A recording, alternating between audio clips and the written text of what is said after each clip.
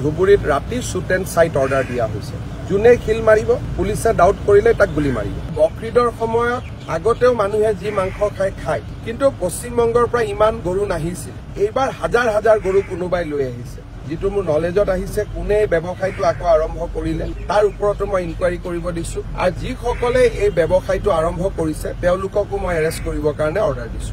অহাবাৰতো বকৰিদৰ পিছদিনা ইয়াত ময়ে থাকিম, ইয়াতে ৰাতি ময়ে থাকিম। ঈদৰ দিনাখন মই ইয়াত আহি যাম আৰু ইয়াত মই থাকিয়ে দিম। এতিয়া মই কৈ থৈ গ'লো, এইটো হ'ব নোৱাৰে। সাধাৰণ হিন্দু মানুহ ভাল, সাধাৰণ মুছলমান মানুহ ভাল। এটা দুটা চক্ৰই গোটেই পৰিৱেশটো বেয়া কৰে আৰু আমাৰ চৰকাৰৰ দিনত ইয়াক মানি লোৱা নহ'ব।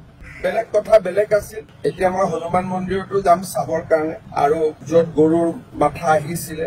আৰু এনেকুৱা কাম নহ'ব, লাগিলে অহাবাৰ গোটেই ৰাতি মই হনুমান মন্দিৰত নিজে গৈছো। কোনো কাৰণতে আমি ধুবুৰী ঘাটৰ বাহিৰত যাব নিদিওঁ। আৰু আজিৰ পৰাই আপোনালোকে দেখিব, আজি ৰাতি কোনোবা ওলাবতো গুলি